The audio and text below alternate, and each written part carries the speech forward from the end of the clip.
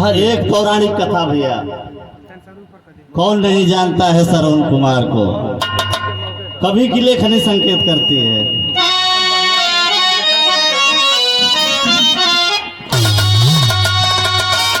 एक उद्यान भारी महर्षि रहे, जो कि भगवान के भारी पुजारी रहे। नारी चंद्र कला जैसे चंद्र कला, एक चंद्र कला बिन दुखारी रहे। कि चौथे पन में उन्हें लाल सरवन हुए, करते माता पिता की जो सेवा निडर। नार चंपावती मिल गई करखसा, प्रेम के पुष्प में जो मचाई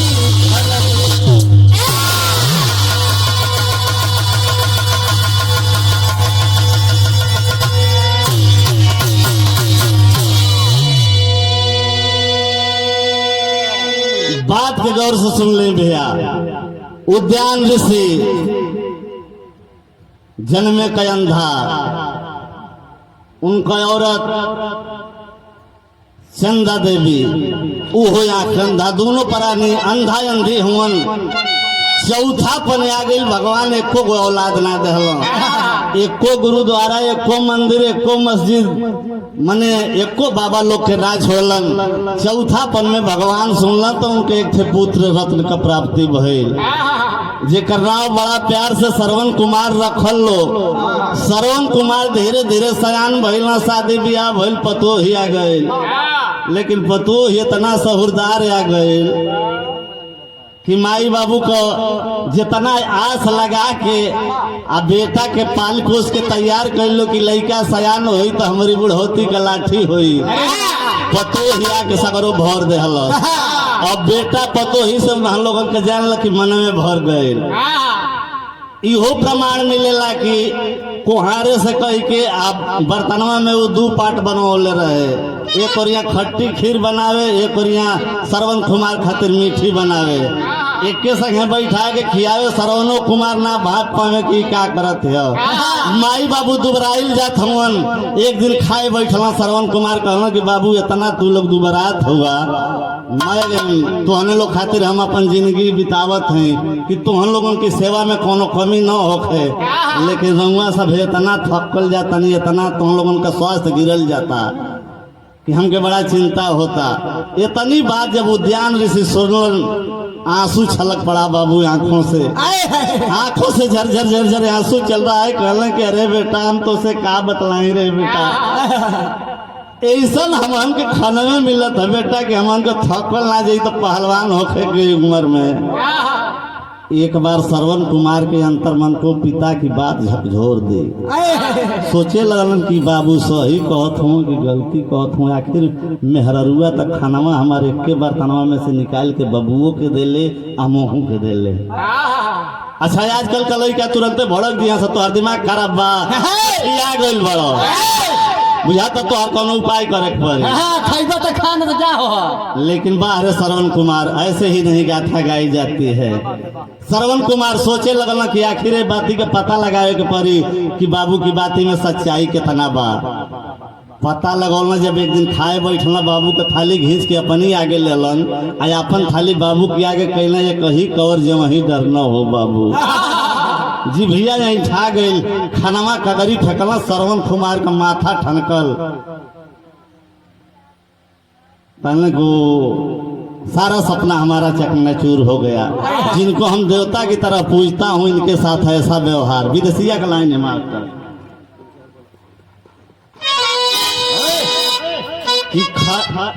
कि खलही पतोहिया, अरे मचावे रात दिनावा, कि बुढ़ावन से दुख नासा।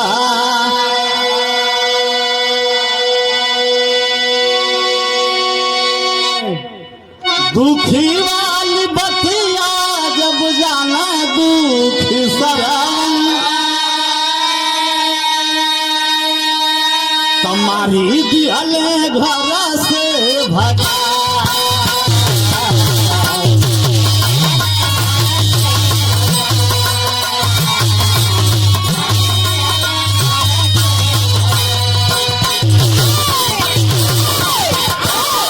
ए बाबू जब श्रवण कुमार जानलन डंडा उठौलन पीट के कहलन कि भग जाओ साली, हमारे घर में तुम्हारा गुजर होने वाला नहीं है। अरे जौने माई बाबू के हम देवता ने पूजिला रे, और वो लोगन के साथ तू ऐसा व्यवहार करत अड़ी, मार के पीठ लाल कर दहला, मैं वो ही उखड़ गई सब। अब वो लुगरी दबौली या धीरे धीरे चल दहली कि मार खाए नहीं हर गई केसर सिंह की वह बाला। बाप पिता बेटी से पूछे क्या है कष्ट निराला।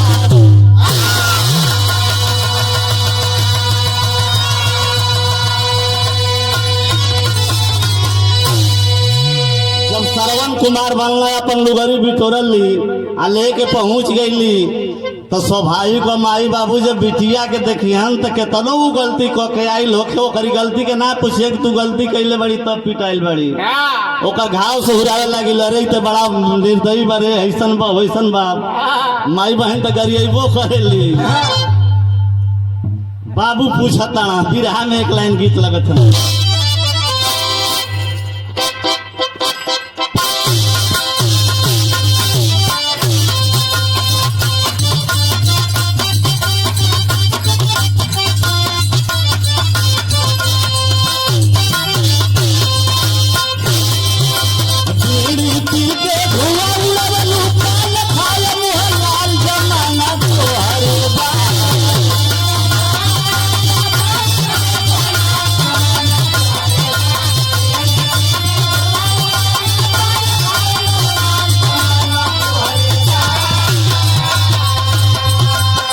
पूछतवन यही तो हटे मारल पेट के गरियावल बबली बोला।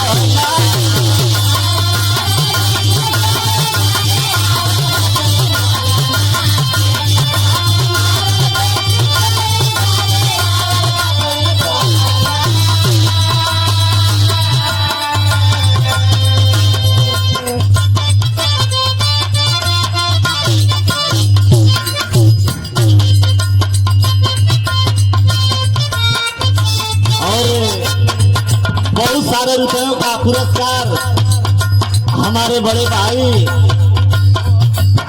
और बिरहा में बहुत सहयोग इनका रहता है।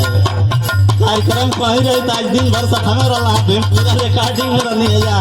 काले कलकत्ता से रात के सुतल ना रहा, लेकिन दिन भर सफा में रहा। भैया की तरफ से भैया को कोट कोट प्रणाम करते हैं। सब भाई को नमस्ते प्रणाम, आशीर्वाद का कामना हो। तो हटे मारल पेट के गरियावल बबली बोला।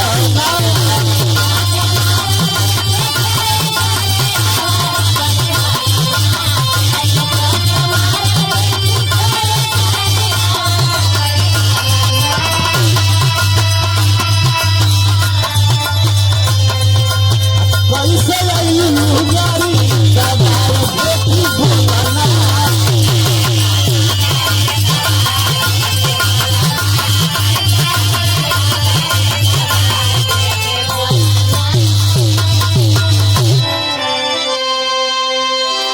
जब तनी बात सुनल कहल कि के मारल हो, काहे चली अयलू हो, तो बतावे लागल रो के। बिरहा में गीत बदल गए।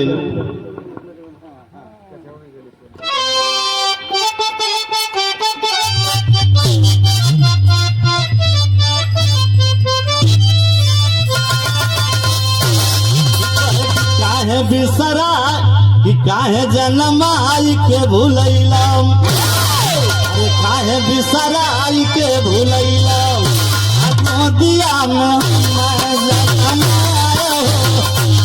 बिसराई के भूलैलम।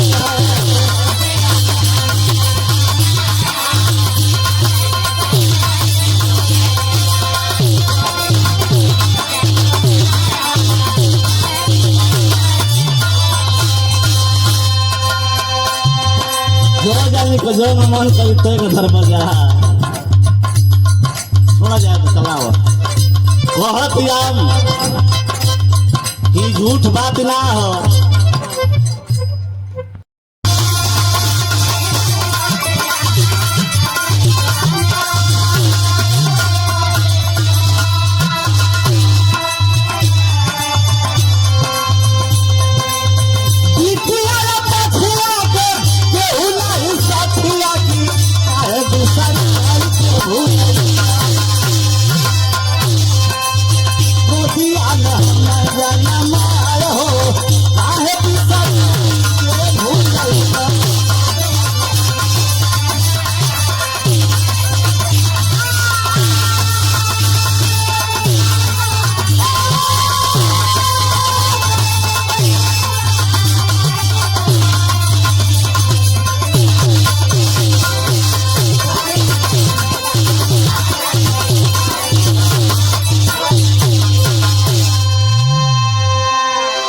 झर झर झर होती हमारी बेटी का करम फूट गए, ले जाके मटी लगाना कह दिलस मार के हमारी बेटी का जीवन खराब कैले बा। एको बेर माई नहीं खे पूछत कि मन कुछ गलती उलती कैली है कि बेगलती एक मर ले बा। बबुओ कहला कि जाए दे बेटी अब मत जाई है। यही जरा विरहा में गीत बदल गए।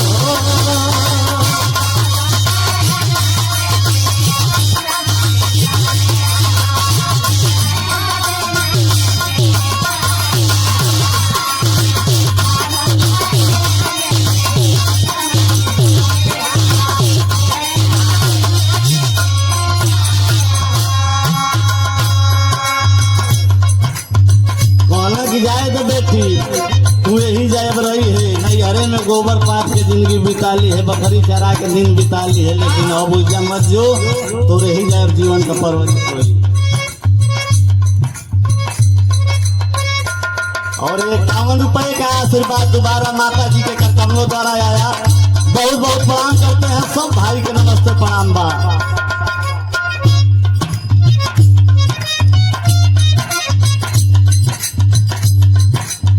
रही हरवा जानी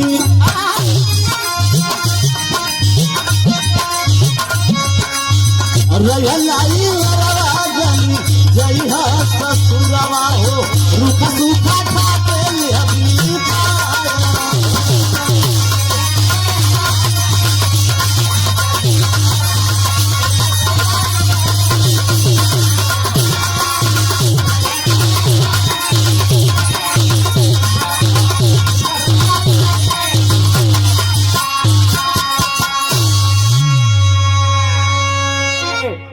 कि नैहरा में रहने लगी असरवन की लुगाई, पति प्रतनार रहनी पर भाऊ जाई।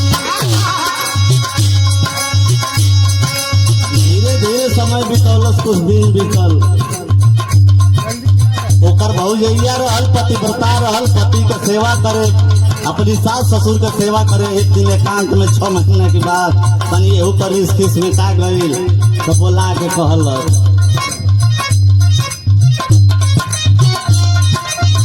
कि ननदी से भौजी बोलल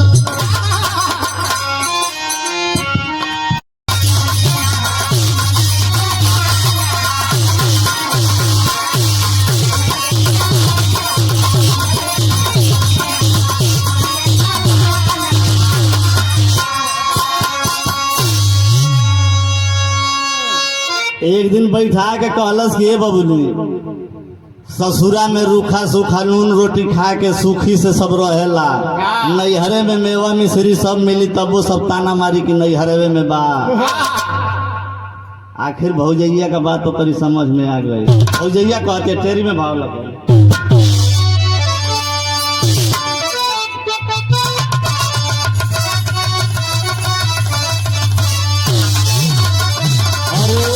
मनवा कैसे सबू ननदोम नैहर से निकला सैया के भावनवा।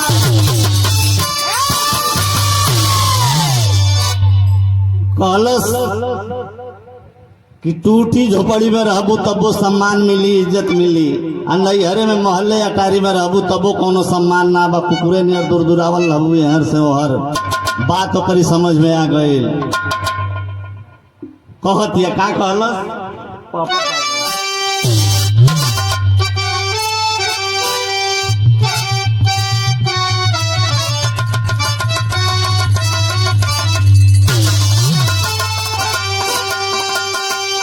छोड़ दो बेचन गुरुजी ये दुनिया में नहीं खसोल लगावे करोड़ 10 के भाव में।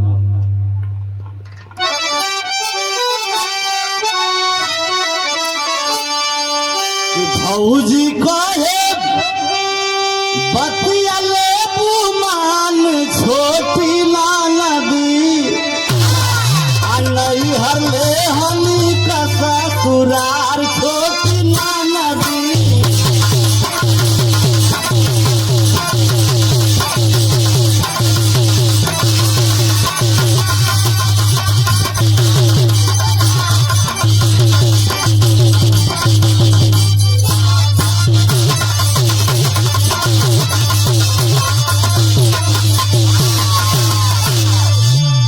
कि कहे कि करऊ पड़ा सगुड़ा हरी कदैबू महल का सुख बबुनी झोपड़ी में पाईबू।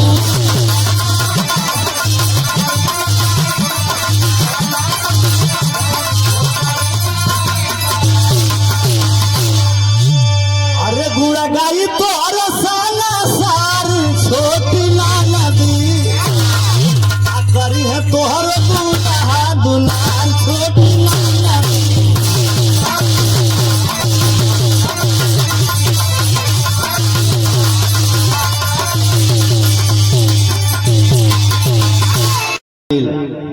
तो कहल जाला हो बाबू कि सवेरे का भूलल अगर सांझी के घरे आ जाओ तो ओके भुलाइल ना कहे के चाहिए। बिरहा में आल्हा लग गई।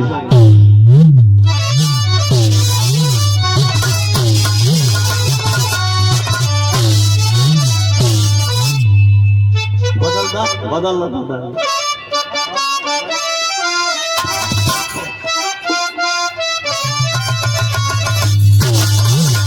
अरे सुबह का भूलल जैसे साँझ घर आवे बाबू।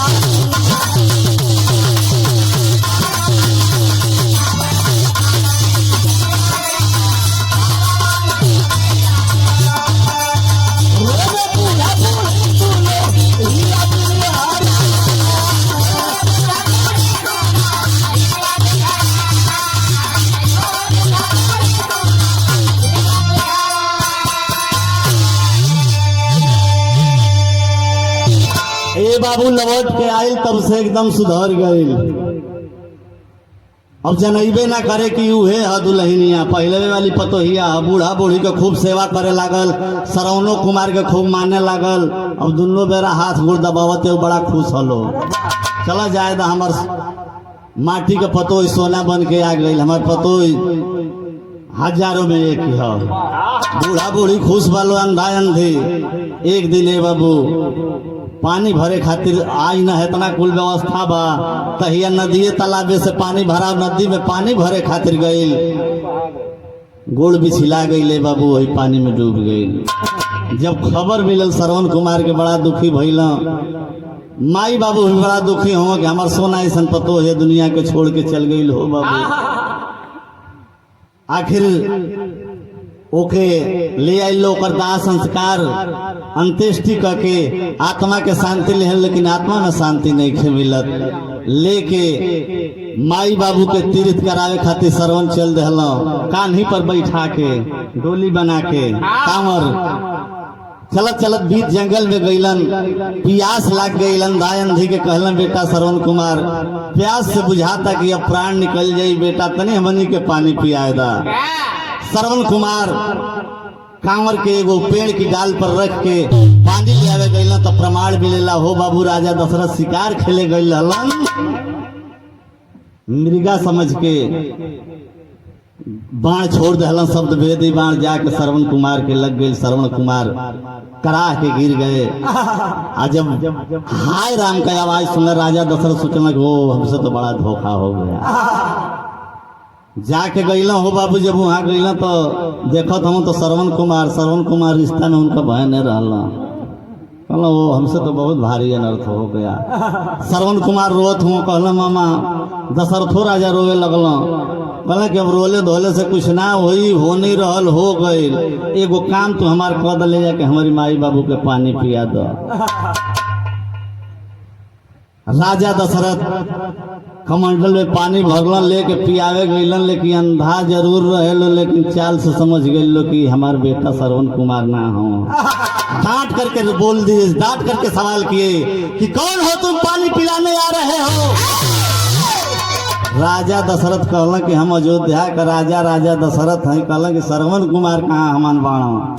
कहला कि श्रवण कुमार के हमसे धोखा से बाण लाग गई, मर गईलन। ए बाबू इतना बतिया सुनला कत देरी रहल, माई बाबू के करेजा पर पहाड़ टूट गई, कुलांच के गिरल लो कांवर से। अब वही दम छोड़ले की स्थिति में हो गई। राजा दशरथ के श्राप दे दिया, जैसे तुम हमहन के पुत्र वियोग में तड़पावत तड़, ऐसे ही एक दिन तो हम पुत्र वियोग में तड़प के प्राण दे देव। आखिरी लाइन में कहना है, खड़ी कला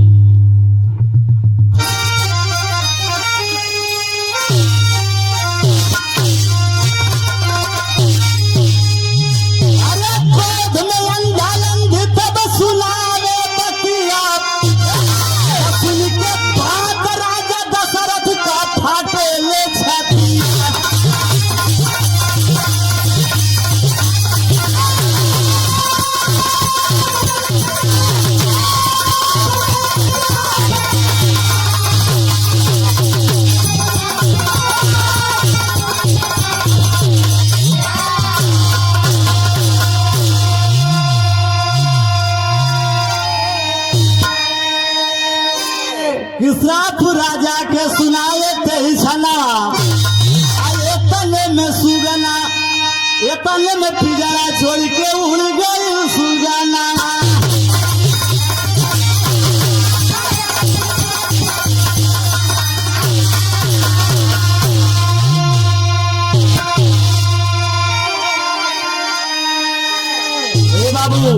श्राप दे अल्लो की जैसे हमहन का पुत्र वियोग में तड़प के बरत नहीं जा, तो हूँ पुत्र वियोग में तड़प के मुहबो तो प्रमाण मिलेला कि राम का जन्म भइल। राजा दशरथ से कई वरदान मंगली, राम लक्ष्मण सीता बने के गइल लो। वही वियोग में राजा दशरथ मर गइलन। कहना है कि राम गइल बोले सीता भइली बतिया, सुन के बात राजा दशरथ का फाटे ले छत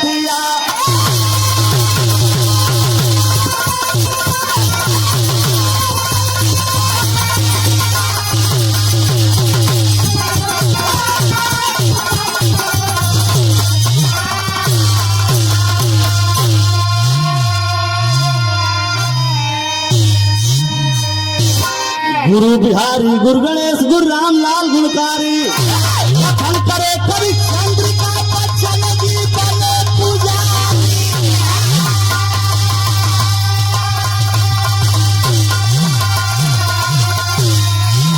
अरे अपमानवा कैसे सहबू नंदो कि अच्छा राम दे